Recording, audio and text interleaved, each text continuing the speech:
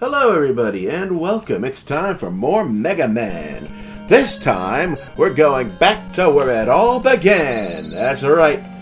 The original Megaman 1. Now I had some issues trying to get through this game on Kick, and that's a good reason to subscribe to my Kick, is you get access to the crazy ass, shall we say, blunders that we have here. But now, let's get into the game itself. This is, of course, the first game, directed by a fellow by the name of Akira Kitamura. For those of you who might have thought that the father of Mega Man was indeed Keiji Inafune, he would not be the, he would not enter the scene until we get to Mega Man 2. So, there's that little misconception. Although, to Mr. Inafune's credit, he did spearhead that second game and pushed Mega Man on long after Kitamura had left Capcom. Here's a fucking Shield Joe. These bastards are just enormously full of shit. They can only be hit when they put down their shield or when they start jumping. Here, you can see we have some inspiration from Castlevania, the wavy enemy that fucks up your jumps. Oh yes, that's the kind of game we're playing right now, yes sirree. Which is fine, this is not what you'd call the most modern game ever. In fact, it's quite ancient, even by the standards of the Famicom. This is a very early NES game. It actually didn't do very well sales-wise either. The only reason Mega Man 2 was a thing was because the developers, including Inafune, were willing to do it on their off time while working on other projects. Which shows a lot of dedication towards the concept that perhaps Kitamura didn't really have. Here we go. But enough about history. Let's talk about Bomb Man. This is pretty much the easiest of the stages. Well, the second easiest of the stages, the easiest boss, really. Although he can still challenge you a bit, right there at first. This seems to be like some sort of sky city. That's what these weird spheres on poles kind of have me thinking. Like there's habitations like way in the distance. It's definitely a sort of 70s retro future aesthetic that these people probably grew up with, being that this is still the early 80s. Oh man, this is quite the game. And here we have a extra life, just waiting for me to pick that up and make up for the mistake of earlier. Always good. Anyway, you'll notice how short the stage was, and it was incredibly brief, right? And that is for one very simple reason. You see... Oh, shit. What happens here is, this game doesn't have any save system, right? No passwords or anything like that. The only reason I'm able to do this in a multi-session video format at all is due to save states. And here's Bomb Man, who I still stand by is the easiest boss, but as you can still catch you unawares thanks to the radius of the bomb explosion. It always feels like you gotta be a little further away than you think you do. And of course that fucking jump of his, If he jumps right when you're jumping, well, that's what happens. Oh, yeah. And we are back. Bomb Man Part 2. Now, wizened up from the battle from before. And I got a few more shots in. As you can see, the secret with Bomb Man here is to be bold. Be a bit brash, even.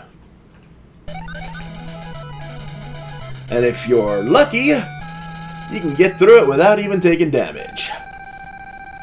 That will be the only time that happens in this game, at least for me. As you can see, he doesn't beam back, you just go right back to the main menu. And the next for me is going to be Gutsman, who has the easiest, fuck me, the hardest opening for a stage ever. Now, given his nature, being the big strong boy, he's in a sort of mine of some kind, right? And here you are. This is what makes this opening so fucking difficult. These little platforms, you'll notice the track thins out at certain points. At those points, the platform goes down. And if you're not careful, well, you're gonna find yourself careening down the bottomless pit at Mach fucking 5. Okay, there we go. The enemies are quite mischievous. You know, the patterns are quite devious. So, you know, for the time, it's actually quite challenging. For the time, fuck me, it's still quite the challenge. Little axe-throwy bastards, they die quick, but you're gonna take a hit. Simply because of the arc in which they throw their axes or hammers or whatever the fuck that is. And here I make a little boo-boo, which is gonna cause one of the more ridiculous deaths in this playthrough. Okay, go down here. Grab the life up. And look how far from this fucking, You see how far it was from those spikes? That hitbox is so damn generous. Like, there's really no excuse for how much energy, how much distance you can be from those fucking spikes and have it kill you. Might as well take the shot, because those guys take fucking forever. Especially with just the buster. Don't even get me started on trying to bomb anything. This is also an artifact of the first game. You never really see enemies in the little chamber between the stage proper and the boss. I guess they thought this would be a good spot for you to try to grind out some life, but the drops are so rare that you know, it could be a bit of a bitch if you're not super fucking patient. And the bombs, as you can see, they chew through this motherfucker.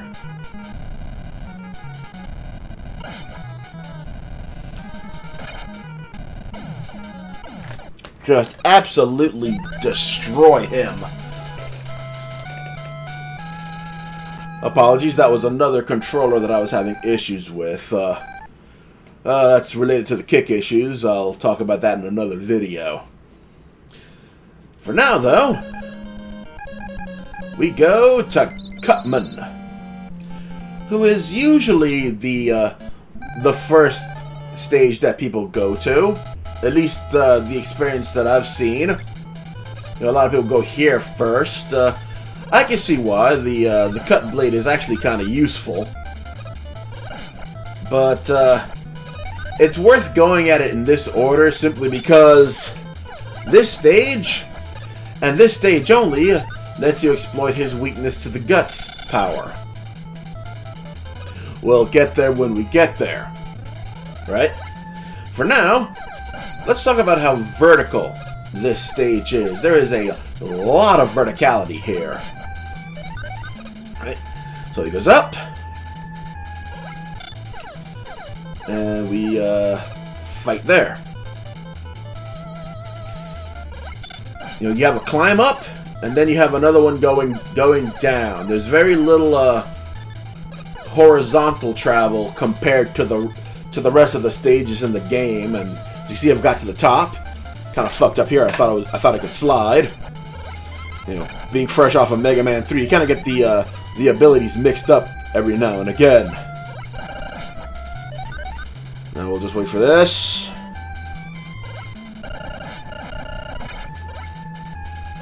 Those guys are mildly annoying, but they don't really become annoying until you get to Dr. Wily's stages. One of the stages where you'll find a lot of these in very inopportune positions. Well, two of the Wily stages, actually. You'll find these guys in some of the worst spots. So we'll take care of this last one. As I mentioned, lots of vertical climbing. I'm actually kind of, I was wondering before why they went with the screen by screen for the vertical scrolling. It's not that different from, say, Super Mario 2. I'm guessing it was a little harder to do that with platformers and the like compared to horizontal. Like, it's no secret that the NES was much better suited to the horizontal scrolling than the vertical, although that would get resolved with later games. Hello. There we go. I was gonna go for that, but then I realized I was at max life and really no need to take the extra time and risk. Go down, and as you can see, now we are going the other verticality. After what happened in the Gutsman stage, I'm a little bit gun shy with regards to the spikes. And thankfully, I've got here in full life. And here we are. So we'll just kill this motherfuckers. And here we are. Switch to the guts. Now you'll notice those two blocks on the lower left. The guts power allows you to lift those up and throw them at the motherfucker, allowing you to kill him in 2 shots. Too easy, right? Anyway, next enemy is, obviously, now that we've got Gutsman, it's gonna be Megaman. And there we go. You know, even as lesser as this game was compared to later games in the series, it's hard to argue that the music isn't still an absolute bop. You know what I'm saying? Like, this is great melody and great use of the NES sound hardware, right? And, you know, that has me thinking, right? Back in these days, in NES, Master System, Genesis, you know, the 8 and 16-bit days, you really saw an emphasis on, you know, catchy melody, right? This was back in the day before everybody just started hiring orchestras and calling it a day, right? There was this need to really make something that stood out. Of course, we're still dealing in the early days of having full-on music tracks in games, where we're only like a couple of years removed from Pitfall 2. You know, so having Pitfall 2, Super Mario Bros., games where they had a steady theme in the background. You know, this was relatively new in the NES days. right? But the music always, like, you could tell they were happy to be able to do music, so they put their damn hearts into it, you know? And it's always these really memorable tunes. And here, this is why I wanted to have the Gutsman power before coming here. So I could throw these away and get the magnet beam. And the magnet beam, the magnet beam is pretty much required. You're not going to get anywhere without that son of a bitch, I'll tell you that much right now. It's actually required to go through the first of the Wily stages, but we'll talk about that in the next video. Right? Anyway, yeah. We're again at it with the verticality, although this time it more presents itself as a tower, so you don't have to go back down again like you did with the fucking Cutman stage. You know, it's mostly one way, and you know there's a fair mix of horizontal and vertical. And here's the first spot we need the magnet beam for. And bang! Oh yeah. Some more really precarious platforming. Here we go. Now, Megaman in this game, compared to Megaman 2 and 3, there's a bit more weight in his movement, right? You know, he feels like there's a slight delay in his starting and stopping. You know, like they were trying to make him feel heavy. It's something that you don't see in future games, probably because, you know, they realize that it doesn't make for good movement in an action platformer.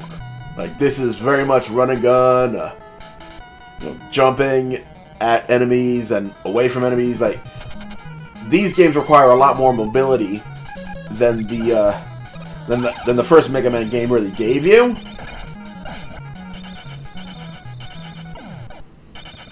And again, another fucking easy kill, right? It's actually quite ridiculous. Thank you. So now that Megaman is done, and make no mistake, Megaman does massive damage to you as well. So you have to be very careful to dodge those electric shocks. Alright, this is Iceman, and you might notice that my score's been reset, and that's because I had a bitch of a time here on this level. Alright, whoa, damn. This is where you really feel the movement limitation in this game, because outside of the water, the floors are all slippery.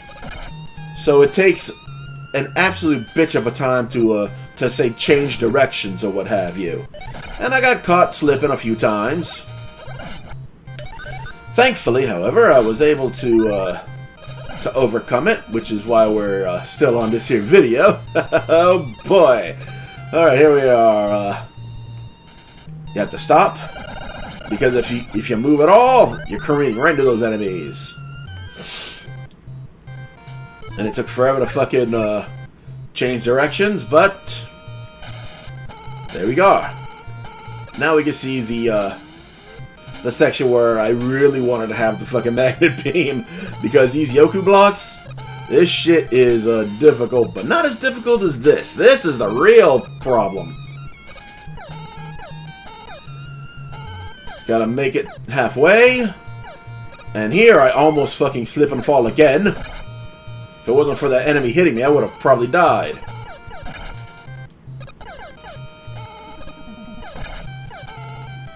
And I make it. I'm gonna try to get this life. And thankfully, boom, bitch, goes the fucking dynamite. I keep it to the magnet because I haven't really used anything else. And we can go down a little bit further and meet our big fuck-off friend. As you can hear, the elect shot will hit normal enemies for multiple shots. But even then, those big bastards take too much. Damn. Now, thankfully, the elect, much like the cut, doesn't take as much energy per shot, which allows me to meet Iceman in pretty good condition. 2 and 3.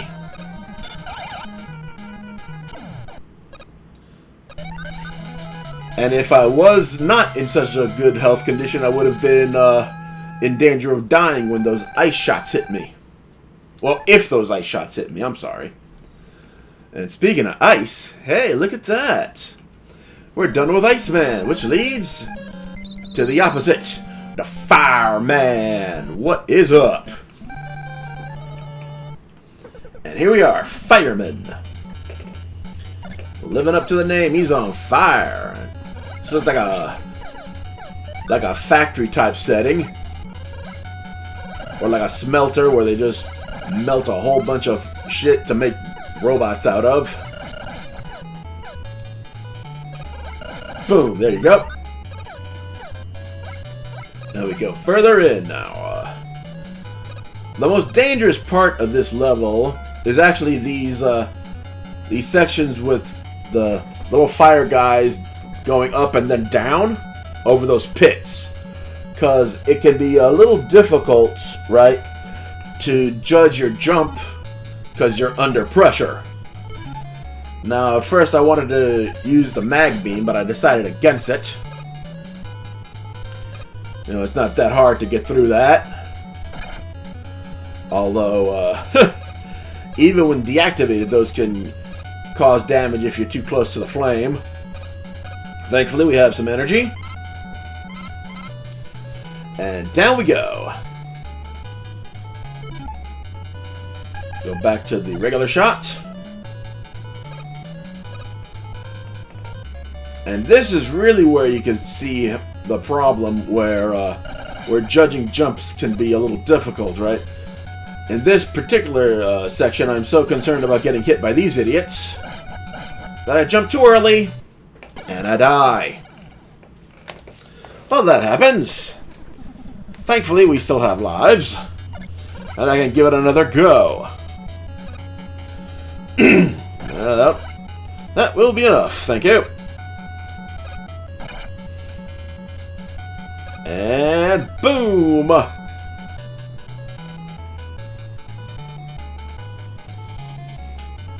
Off we go.